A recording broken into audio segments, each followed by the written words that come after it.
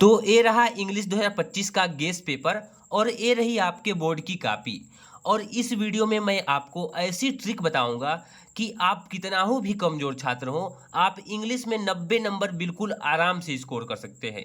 प्रत्येक बच्चे का 90% नंबर आएगा, मैं गारंटी देता हूं, क्योंकि मैंने बहुत सारी ऐसी ट्रिक्स पहले भी बताई थी बच्चों को, और बच्चों ने फिर आके कमेंट किया कि सर आपने जो ट्रिक बताया था उस ट्रिक को अप्लाई करने के बाद मेरा इंग्लिश में 95 नंबर आया है, मेरा 94 नंबर आया है। मतलब बहुत सारे बच्चों को मैंने पास कराया है। और आप इंग्लिश में कितना हो कमज़ोर छात्र हैं, तो इस पूरी की पूरी वीडियो को देखने के बाद इतनी ज़बरदस्त ट्रिक आपको बताऊंगा इस वीडियो में कि आप 90% नंबर आराम से इंग्लिश में स्कोर कर सकते हैं।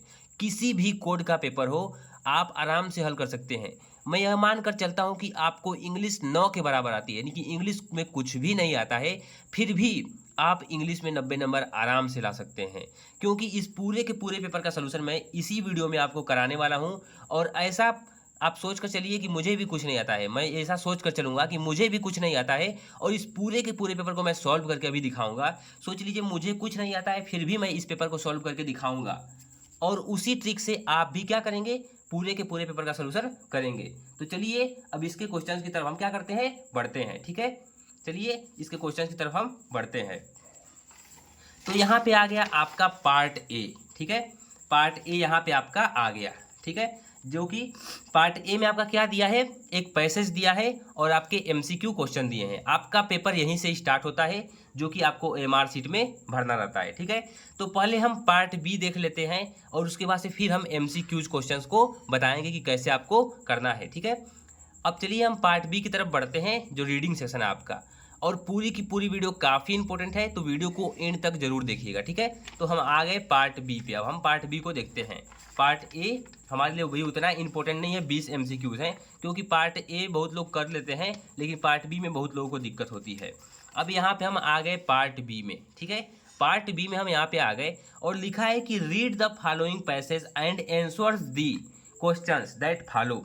बोला है कि जो नीचे पैसेज दिया गया है उसको पढ़ के आपको जो क्वेश्चंस दिए गए हैं उसका क्या करना है, उत्तर देना है। तो सबसे सर्वप्रथम आप क्या करेंगे, आपको देखिए पूरा का पूरा इस तरह डाल देना है कि अब हम पार्ट बी का सलूशन कर रहे हैं रीडिंग सेक्शन का। और उसके बाद से जो आपका प्रश्न होगा उसको आप डाल देंगे कि हम प्रश्नोत्तर संख्या यहाँ से स्टार्ट कर रहे हैं। रीडिंग से हम क्या कर रहे हैं, प्रश्नोत्तर संख्या को स्टार्ट कर रहे हैं। यानी कि यहाँ पे जो आपको प्रश्नोत्तर संख्या दिया है, प्रश्नोत्तर संख्या रीडिंग का पहला का, ये हम स्टार्ट कर रहे हैं। तो कैसे करेंगे आप कॉपी में, मैं आपको भी बताता हूँ। ठीक है, तो यहाँ पे आप देखिए, आप पूरा का पूरा ऐसे कॉपी लेंगे और एक स्केल लेंगे। ठीक है, स्केल से क्या करेंगे, आपको देखिए इंप्रेशन जो आपका होता है वो काफ़ी महत्वपूर्ण होता है, क्योंकि आपके इंप्रेशन से ही एग्जामिनर क्या होता है, खुश होता है और आपको नंबर देता है। ठीक है, तो आपको एक स्केल ले लेना है ऐसे, और उसके बाद से एक लाइन ड्रॉ करनी है। जैसे कि आप यहाँ पे लाइन पहले से एक ड्रॉ है, लेकिन आपको यहाँ पे क्या करना है, एक लाइन ड्रॉ करनी है अपने कॉपी में। ठीक है, पूरा ऐसे का ऐसे एक लाइन ड्रॉ करेंगे आप। ठीक है, काफ़ी अच्छी लाइन दिखनी चाहिए, अट्रैक्टिव लाइन, ताकि लगे एग्जामिनर को लगे कि किसी टॉपर बच्चे की कॉपी है। ठीक है, ऐसे आपको पूरा अच्छे से डिजाइन करके लाइनिंग कर देनी है। और यहाँ पे दो दो लाइनें खींचनी है ताकि देखने में अच्छा लगे। ठीक है, तो ऐसे दो लाइनें आपको खींच लेनी है। और इन दो लाइनों को खींचने के बाद, ठीक है, इन दो लाइनों को खींचने के बाद यहाँ पे आपको लिखना है कि हम क्या कर रहे हैं, पार्ट बी कर रहे हैं, PART पार्ट बी। ठीक है, पार्ट बी हम यहाँ से स्टार्ट कर रहे हैं, जो कि क्या है, आपका रीडिंग सेक्शन है, पार्ट बी। और यहाँ पे आप डालेंगे रीडिंग। ठीक है, पार्ट बी है आपका, ये रीडिंग सेक्शन है। ठीक है, ऐसे आप डाल देंगे और यहाँ पे डालेंगे प्रश्नोत्तर संख्या। देखिए प्रश्नोत्तर संख्या 1 का ए। ठीक है, यहाँ पे आपका प्रश्नोत्तर संख्या 1 था, यहाँ पे आप देख सकते हैं, यहाँ पे आपका प्रश्नोत्तर संख्या 1 है, ये पंच मार दिया गया है, यहाँ पे प्रश्नोत्तर संख्या 1 है। ठीक है, 1 है, तो आप यहाँ पे डालेंगे कि क्वेश्चन आंसर 1। क्या डालेंगे, question QUESTION, question ANSWR, question answer 1 ए। यानी कि आप ए का सलूशन कर रहे हैं, यानी कि इस वाले का आप सलूशन करके बता रहे हैं। ऐसे आपको पूरी की पूरी कॉपी में भर लेना है। यहाँ पे आप ऐसे ए वाले का आंसर दे रहे हैं, इसलिए आपने वैसा लिखा कि प्रश्नोत्तर संख्या 1 का ए हम कर रहे हैं। ठीक है, ऐसे आपको कॉपी लिख लेना है, ऐसे आपको कर लेना है। अब क्या करना है, अब देखिए आप यहाँ पे मान लीजिए इंग्लिश में आपको कुछ भी नहीं आ रहा है, तो ये पैसेज जो है आपको दिया है, पैसेज को बिल्कुल भी नहीं पढ़ना है। पहले आपको जो क्वेश्चन को पढ़ना है, जैसे कि यहाँ पे दिया है कि why do we something envy rich people, ठीक है। अब आपको इसको पढ़ के कुछ भी नहीं समझ में आ रहा होगा कि why do we something envy rich people, तो आप इसे छोड़ दीजिए, नहीं भी समझने की ज़रूरत भी नहीं है। अब क्या कीजिए, आप पैसेज को फिर से पढ़िए। अब यहाँ पे जब आप पैसेज पढ़ेंगे तो आपको एज इट इज़ यही मिल जाएगा। देखिए यहाँ पे दिया है कि we some time think it would very nice have to work do, और यहाँ पे दिया है mistake some time have nothing. देखिए यहाँ पे कुछ नहीं मिला, इनवी देखिए, अब यहाँ पे env rich people, env rich people जो आपके क्वेश्चन में लाइन थी वो आपके देखिए यहाँ पे मिल गई, पूरी की पूरी वही लाइन मिल गई, ठीक है, इनवी रिच पीपल। तो यहाँ पे आप लिख सकते हैं कि we sometimes think that it would be very nice to have no work to do, how do we envy rich people, we have not to work for their living but can do just they please all the year round, ठीक है। तो यहाँ से आपका answer इसको लिख देंगे, ठीक है। जो आपको नहीं समझ में आ रहा है तो यहाँ से लिखेंगे कि how do we envy rich people who have, मतलब कि यहाँ से और यहाँ तक राउंड तक, ठीक है। ये आपको आंसर ऐसे लिख देना है। नहीं समझ में आ रहा है तो कुछ भी आंसर जो आपको मिल रहा है इससे संबंधित, यहाँ से मिल रहा है इससे संबंधित, तो उसको आप उतार देंगे, ठीक है। आपको पूरा का पूरा नंबर मिल जाएगा, मैं गारंटी लेता हूँ। अब चलिए समझते हैं दूसरा क्वेश्चन। दूसरा क्वेश्चन हम देखते हैं, ठीक है। दूसरा क्वेश्चन आपका देखिए क्या दिया है। दूसरा क्वेश्चन दिया है कि what is the first thing that work give us, जो पहली चीज़ जो क्या है जो हमें कार्य देता है। ये भी नहीं समझ में आ रहा है तो इसको देखिए पढ़िए फिर से। तो दिया है यहाँ पे देखिए, दिया है कि the work gives us self respect, जो कार्य होता है वो हमें आत्मसम्मान देता है, यानी कि सेल्फ रिस्पेक्ट देता है। तो दूसरे वाले का आंसर यहाँ से करेंगे आप, यहाँ तक हो जाएगा रिस्पेक्ट।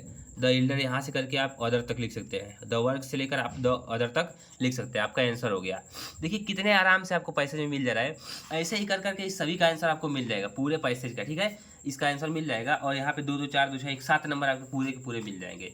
ऐसे ही करके आपको खोजना है इससे रिलेटेड जो यहाँ पे दिख रहा है। अब यहाँ पे करेक्टर दिख गया, यहाँ पे करेक्टर आपको दिख गया तो इसमें करेक्टर खोज डाली। देखिए यहाँ पे करेक्टर मिल भी गया, बिल्डिंग करेक्टर, यहाँ पे भी करेक्टर है, सेम इससे रिलेटेड है, इस लाइन से लाइन, ये लाइन इस लाइन से रिलेटेड है। तो यहाँ से आप इसका आंसर लिख दीजिए, जहाँ से आपको समझ में आ रहा है वहाँ से आप क्या करेंगे, इसका आंसर लिख देंगे कि lastly regular work help us in building up a character, ठीक है। ऐसे आप करके लिख देंगे। तो यहाँ पर आप देखिए पूरा का पूरा आपका क्लियर हो गया होगा। अब आपको एक एप्लीकेशन याद करना है, एप्लीकेशन आपको याद करना है अपने प्रिंसिपल से छुट्टी पर। आपको नहीं पता कि आपके एग्जाम में कौन सा एप्लीकेशन आने वाला है, फिर भी एक एप्लीकेशन याद कर लीजिए और वही एप्लीकेशन लाकर लिख दीजिएगा। आपको ना समझ में आए कुछ भी, आप अगर जो एप्लीकेशन में लिख कर आएंगे तो आपको एग्जामिनर नंबर देगा ही देगा, क्योंकि एप्लीकेशन की ऊपर की लाइनें सभी में सेम होती हैं, लेकिन जो नीचे की लाइनें होती हैं कहीं कहीं बदल जाती हैं। तो एप्लीकेशन आपको एक याद कर लेना है अपने स्कूल में प्रिंसिपल से छुट्टी मांगने पर, वही एप्लीकेशन आपका काम चला देगा। उसी एप्लीकेशन से रिलेटेड आप यहाँ पे क्या कर सकते हैं, वैसे ही करके इसमें लिख सकते हैं। थोड़े थोड़े वर्ड को आप चेंज कर सकते हैं, आप इतने गधे तो है नहीं, ठीक है। अब यहाँ पे दिया है आपका तीसरा कि right science exhibition, science exhibition पे आपको कुछ लिखना है, ठीक है। और अगर जो आप वो नहीं कर पा रहे हैं तो आपको दिया है कि talking class given below article, यहाँ पे आर्टिकल आपको लिखना है कि फ़ोन कॉन्टेक्ट, ऐसे फ़ोन के बारे में आप लोग बहुत कुछ जानते होंगे कि गूगल सर्च देखिए लिए आप लिखा है, तो आप आराम से लिख सकते हैं कि हम गूगल से बहुत कुछ सर्च करते हैं, इंग्लिश में इसको बना बना कर लिख सकते हैं। फिर इंटरटेनमेंट के बारे में लिख सकते हैं, फिर फ़ोन कॉन्टेक्ट के बारे में लिख सकते हैं, शॉपिंग के बारे में लिख सकते हैं, साइबर क्राइम के बारे में लिख सकते हैं, और हार्मफुल इसके बारे में भी लिख सकते हैं कि मोबाइल बहुत हानिकारक है। इन सभी चीज़ों को बना बना कर अपने शब्दों में लिखना है, ज़रूरी नहीं कि पूरा का पूरा एकदम वैसा ही छापें जैसा आपका कहा है, ठीक है। अब यहाँ पे देखिए, अब आप यहाँ पे आएंगे तो पंक्चुएशन मिलेगा ग्रामर का, ये तो आपको आना जरूरी है, नहीं भी आ रहा है तो इसको छोड़िए। अब यहाँ पे आगे ट्रांसलेशन पे, जैसे वर्षा ऋतु सभी ऋतुओं में अच्छी लगती है, तो जैसे वर्षा को क्या बोलते हैं, rainy season, the rainy season is very good season, मतलब जैसे भी आपको समझ में आ रहा है, जैसे भी समझ में आ रहा है इसको पूरा बना कर लिखना है और पूरा का पूरा क्वेश्चन करके आना है, पूरा का पूरा क्वेश्चन, ठीक है। पूरा का पूरा क्वेश्चन एकदम एक भी छोड़ना नहीं है, इसको लिख दीजिए, अपने मन से बना कर लीजिए, जो भी आपको आ रहा है वो भी लिख दीजिए, ठीक है, मन से अपने बनाकर। नेक्स्ट क्वेश्चन आपका है, अब यहाँ पे लिटरेचर में हम आ गए। लिटरेचर में दिया है कि हु वाज अन्ने फ्रैंक, अन्ने फ्रैंक कौन थी, वेयर डिड सी डायरी। देखिए आपने कहानी थोड़ी भी पढ़ी होगी अगर अपनी बुक की, तो आपको पता होगा कि अन्ने फ्रैंक एक डायरी राइट करती थी, और वो कहाँ की थी, कैसी थी, उसके बारे में 30-40 वर्ड में लिखना है। बहुत आसान है, इसके बारे में आप 30-40 शब्द लिख सकते हैं कि वो क्या करती थी, वो कैसे अपनी डायरी को लिखती थी। और अथवा में भी करके क्वेश्चन दिया है। तो ये आपके बुक के क्वेश्चन है। अब चलिए हम MCQ के ट्रिक के बारे में बात कर लेते हैं। तो बुक के क्वेश्चन है तो सेंटर आइडिया एक 3 नंबर का आपको याद ही कर देना है। और मोस्ट इंपॉर्टेंट सेंटर आइडिया मैंने आपको द ट्री और अमांडा बता ही दिया। इन दोनों को आप याद कर लेंगे तो आपका काम हो जाएगा। और फायर एंड आइस 3 को आप याद कर देंगे तो आपका पूरा का पूरा नंबर मिल जाएगा। ठीक है, अब हम चलते हैं कि आपके MCQ क्वेश्चन पे। तो MCQ क्वेश्चन में भी आपका यही हाल रहने वाला है भाई, क्योंकि MCQ क्वेश्चन में भी आपको पहले पैसेज मिलेगा। फिर यहाँ पे बोला है कि the old man was distress because the old man was distress because his sons always quarrelled. देखिए पहले ही पेज में आंसर मिल गया। बोला है कि an old man was distress because, तो an old man distress because his sons always quarrelled. तो यहाँ पे लिखेंगे his sons always quarrelled with one another. यहाँ पे देखिए पूरा का पूरा एकदम वैसे ही मिल गया। देखिए जैसे यहाँ पे वैसे यहाँ पे एक पूरा का पूरा मिल गया। तो एकदम बिल्कुल आसान रहता है इंग्लिश का पेपर। ठीक है, his sons always quarrelled with one other. फिर दिया कि an old man was distressed, it means he was क्या, he was happy helpful angry so sad. तो an old man distressed it means he was क्या, he was sad, मतलब कि वो बहुत क्या था, दुखी था, सैड। यहाँ पे भी आप पढ़ सकते हैं। जैसे ही आप पढ़ेंगे तो यहाँ पे आपको समझ में आ जाएगा कि डिस्ट्रेस एंड क्वारल सोड बंडर स्टिक। तो यहाँ पे आप पढ़ेंगे तो यहाँ पे आपको पता चलेगा कि जो बूढ़ा व्यक्ति था वो बहुत दुखी था, क्योंकि उसको जो उसके बच्चे थे वो आपस में क्या करते थे, लड़ाई झगड़ा करते थे। तो ऐसे आपका कर देंगे। ठीक है, MCQ भी आपका ऐसे ही हो जाएगा जितने भी क्वेश्चन दिए हैं MCQ के। देखिए अब पूछा है वीक का अपोजिट क्या है, तो वीक मतलब कमजोर होता है, तो स्ट्रांग मतलब वो आपका तगड़ा होता है। तो ऐसे ऐसे करके आप पूरा का पूरा पेपर हल कर सकते हैं। कोई भी मतलब कि ऐसा नहीं है कि आप नहीं कर सकते हैं, सब कुछ आप कर सकते हैं। बस आपको लिख के आना है। पूरा का पूरा क्वेश्चन कैसे भी करके आइए, लेकिन पूरा क्वेश्चन कुछ ना कुछ लिखिए, लेकिन लिख कर आइए। ठीक है, आप इंग्लिश में आराम से पास होंगे। ठीक है।